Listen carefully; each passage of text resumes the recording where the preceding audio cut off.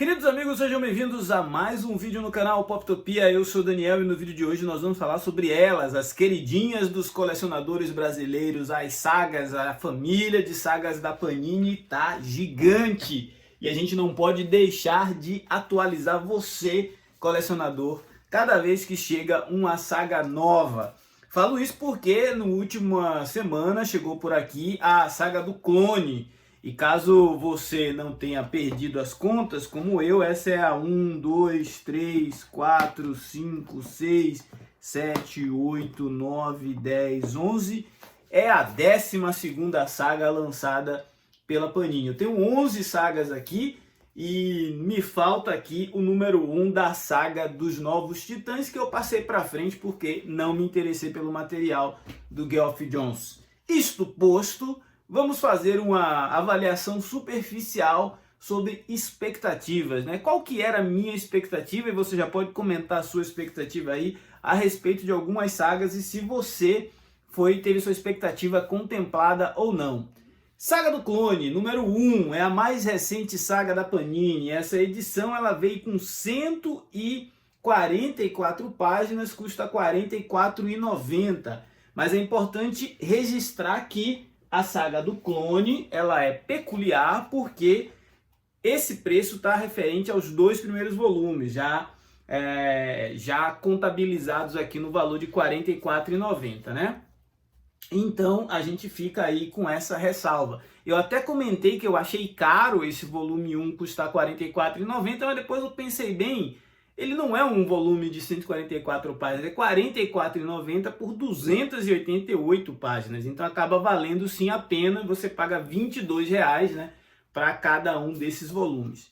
Minha expectativa com relação à saga do Clone? Nenhuma. Eu sabia que era uma história noventista, que ia propor ao Homem-Aranha uma reconstrução do mesmo jeito que a queda do morcego propôs ao Batman, que a morte do Superman propôs ao Superman. E me parece que esse começo aqui ainda as coisas estão se ajeitando. Confesso que na leitura me agradou muito mais o volume 2.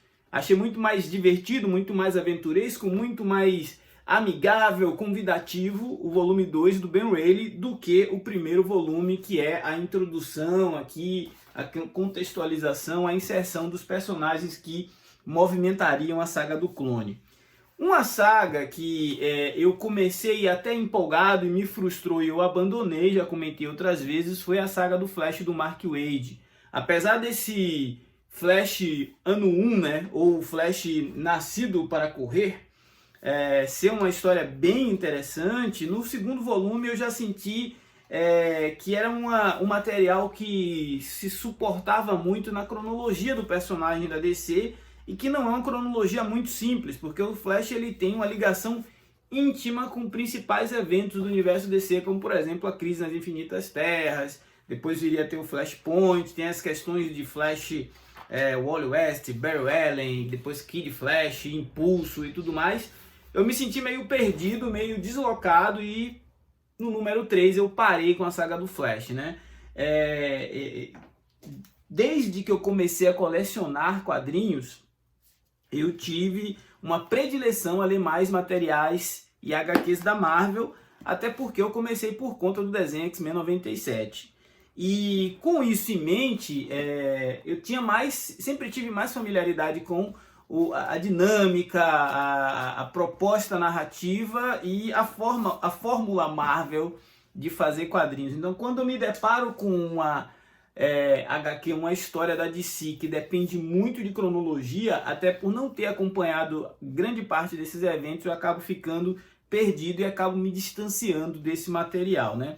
Mas é uma saga que persiste até hoje, acho que está no volume 8, ou no 7 ou no 8, está em pré-venda no site da Panini, e tem muita gente que curte muito essa fase do Mark Waid.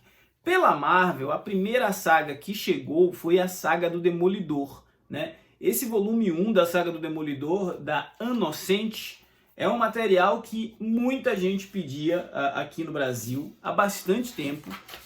Quando foi lançado, eu embarquei de cabeça e a princípio eu tive uma estranheza, né? Tive uma estranheza, assim, achei um material meio meio envelhecido, com um ritmo narrativo complicado. Fui me prendendo às histórias porque a Ana Inocente tem uma escrita muito urbana, muito ainda atual. Ela tratava de muitos problemas sociais, como a droga e a pobreza nas ruas de Nova York, em meio às histórias do Demolidor, e acabei gostando, mas principalmente da entrada do John Romita Jr. no material, né? Acho que a partir do número 3 ou 4, o John Romita já entra e a coisa muda de figura.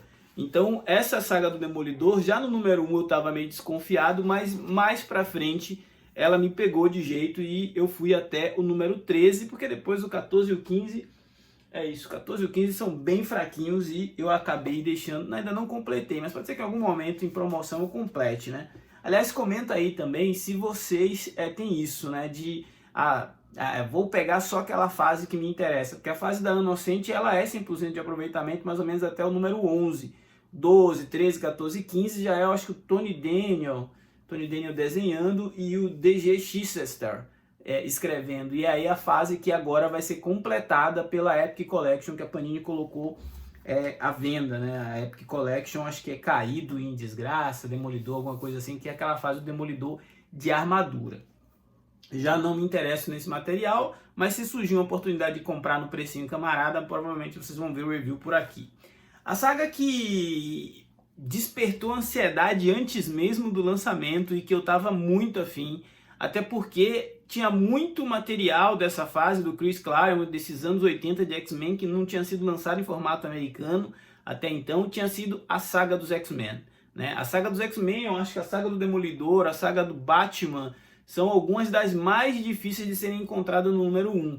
E esse número 1 de X-Men talvez tenha sido o número 1 mais interessante que eles podiam escolher, assim. Muita gente questionou na época, mas essa edição aqui da Kitty Pryde falando que o Professor Xavier é um babaca é histórica, né? Marca a passagem dela, mesmo que rápida, pela equipe dos Novos Mutantes, enquanto a equipe principal de X-Men lidava com a chegada de novos membros e o surgimento dos Morlocks, a arte espetacular de Paul Smith, depois John Romita Jr. Cara, é uma fase assim que valeria muito a pena ter, não só por marcar algumas das principais histórias, né? A gente tem já nesse primeiro volume o casamento não concluído do Wolverine, isso já faz dessa edição a edição emblemática, mas todos os 22 volumes, 23, 24 volumes já tá, né, da saga dos X-Men, tem sempre alguma história muito importante. Então, assim, do número 1, com 100% de aproveitamento, claro, tem 2 ou 3 volumes da saga dos X-Men que eu acho bem abaixo dos demais. É o número 10, que é a minissérie do Noturno, mas que era um material inédito aqui no Brasil, então foi interessante que a Panini tenha publicado. E o outro é o Repeteco, né, que rolou ali com Guerras Asgardianas, né, que a Panini tinha lançado o Marvel Vintage e na sequência ela colocou de novo aqui na saga dos X-Men número 11. O importante é que hoje, para o colecionador de X-Men, a fase do Chris Claremont foi completamente encadernada em formato americano. Desde Segunda Gênese, né, lá de 1975, através das edições definitivas, agora a gente chegando já na fase Inferno e daqui a pouco emendando com a fase onde o Chris Claremont trabalha junto com o Jim Lee, já no comecinho dos anos 90 e o final da sua passagem clássica pela frente da equipe mutante, né? Esse provavelmente é um daqueles vídeos que vai ficar com mais de 15 minutos, mas eu vou falar das outras sagas. A saga do Aranha também era uma saga que começou com um momento conturbado do personagem, né? Clássico, é o Roger Stern, mas ela sofre com um probleminha que é o problema do mix, né? Não é diferente da saga do Demolidor, que você tinha só um título, diferente da saga dos X-Men, que é a Uncanny X-Men praticamente em todas as edições. A saga do Homem-Aranha, ela tem Marvel Teen-Up, ela tem Amazing Spider-Man, Peter Parker, o Espetacular Homem-Aranha, então faz com que a edição sofra com bastante altos e baixos, né? Porém, a saga do Homem-Aranha, ela teve um ganho gráfico, um ganho visual, que deu todo um novo patamar para as sagas, né? Se você pega, por exemplo, a saga do Demolidor, o número 1 da saga do Demolidor, ele não tem absolutamente nada aqui na capa, né? A gente não tem uma guarda, já vai direto para a história. Na contracapa aqui no final também é a mesma coisa, branco. E quando a gente chega, por exemplo, na saga dos X-Men, na saga do Homem-Aranha, todas elas que vieram depois, a Panini começa a dar um tratamento mais diferente para esse material, né? Inclusive com algumas edições tendo direito a vir com material extra, coisa que não é o ponto forte dessas sagas, mas a saga do Homem-Aranha ela é recheada de material extra em algumas edições. Aí é um trabalho editorial do próprio Diogo Prado, que vem cuidando dessa saga há bastante tempo, né? Inclusive colocando textos de introdução, textos de contextualização. Então, desde o número 1, a saga do Homem-Aranha vem se mostrando uma saga que tem um tratamento editorial diferente. E isso me chamou a atenção, né? Esse patamar estabelecido pela saga do Homem-Aranha, ele eu não sei, não consigo dizer. Aliás, deixa eu dar uma olhadinha aqui se as edições antigas da saga do Superman, por exemplo, tem aqui o número 4 da saga do Superman. Olha só, também não tinham nenhum material diferente, né? Era bem a revista e só. Então, essa saga do Superman, por exemplo, me ajuda nesse meu argumento de que eram edições mais simples e foram ganhando algumas sofisticações. Como, por exemplo, quando a gente chega na saga da Liga da Justiça, do Grant Morrison, que na verdade começa com a saga da Liga da Justiça do Mark Waid, né? A gente já tem aqui esse texto de introdução para ajudar a contextualizar o que estava acontecendo naquela época, depois já pula direto para a história, mas no final, se eu não me engano, aqui essa também não tem extra, né? Essa saga do Superman também, dessa saga da Liga da Justiça não tem extra, e a gente vê que falta aí uma padronização, então. É Panini, né, gente? Tem muita gente que até hoje reclama porque os números das lombadas não enfileiram, né? Agora a gente tem aqui a saga da Liga da Justiça do Grant Morrison. Acho que é importante ressaltar. Eu também estava com uma expectativa. Eu sou muito fã do Grant Morrison. Vocês estão vendo aqui atrás, eu tenho 7 Soldados da Vitória. Eu tenho alguns outros trabalhos, Grandes Artes Superman, os novos X-Men do Grant Morrison. Mas a Liga da Justiça dele, eu li os 11 primeiros volumes e eu me decepcionei, né? Primeiro porque eu tinha uma expectativa muito grande com relação à saga DC 1 milhão.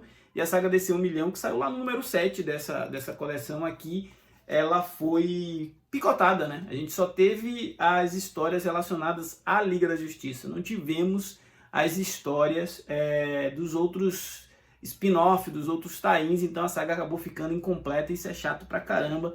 Porque você lê uma história sem ter 360 daquilo que aconteceu nela. A saga da DC 1 milhão me deixou com essa impressão de que faltava alguma coisa e eu fiquei frustrado por isso com essa saga da Liga da Justiça.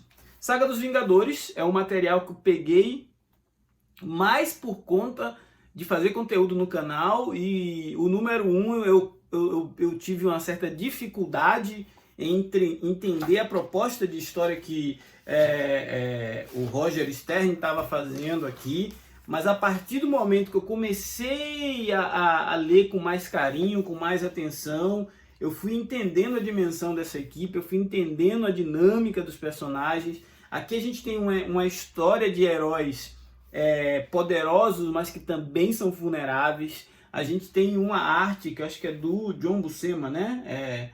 John Buscema entregando desenhos assim que não são heróis hiper mega musculosos, são homens e mulheres que têm poderes, mas que respeitam uma anatomia humana bastante crível, né? E são histórias que mexem com as bases do universo Marvel, né? História de Vingadores tem guerra contra Kree, contra Skrull, agora já está no arco contra os deuses do Olimpo. Então começa tímida essa saga dos Vingadores, mas hoje se tornou, talvez, depois da saga dos X-Men, depois da saga do Wolverine e ali a saga da Mulher Maravilha, uma das minhas sagas favoritas, né?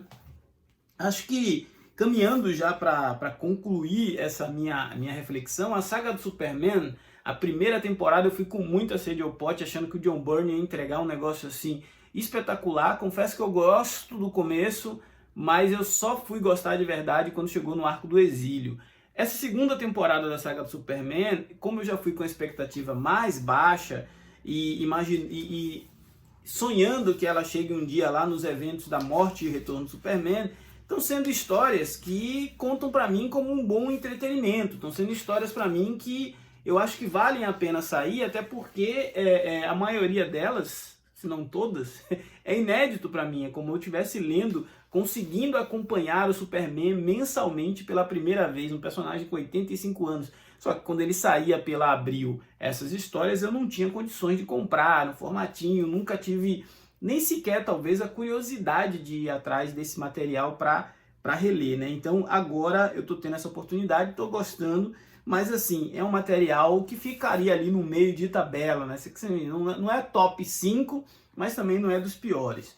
Um que me surpreendeu positivamente foi a saga da Mulher Maravilha, né? A saga da Mulher Maravilha de John Byrne, um John Byrne preocupado cada vez mais em aproximar os seus traços, seu desenho, sua narrativa daquilo que era praticado na época, né? A tal da era Image.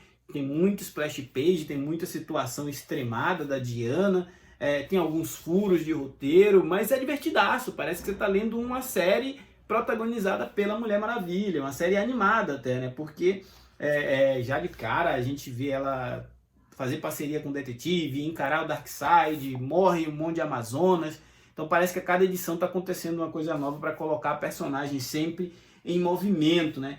Eu acho que isso é o que dá fôlego a uma coleção como essa de sagas. Você ter o desejo e o interesse de preciso ler o próximo número, não tô louco para pegar a próxima edição para ler.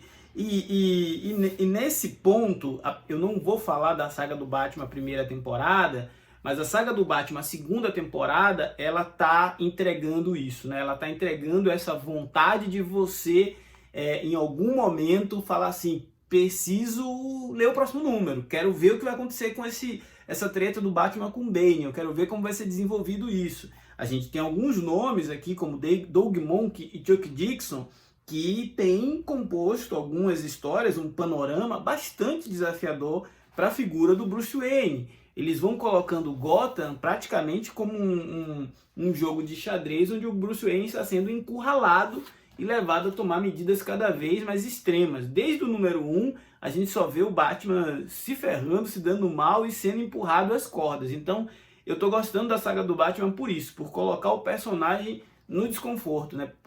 A gente já sabe o que vai acontecer com o Batman, mas, por exemplo, vai ser a primeira vez também para mim, lendo a saga da queda do morcego.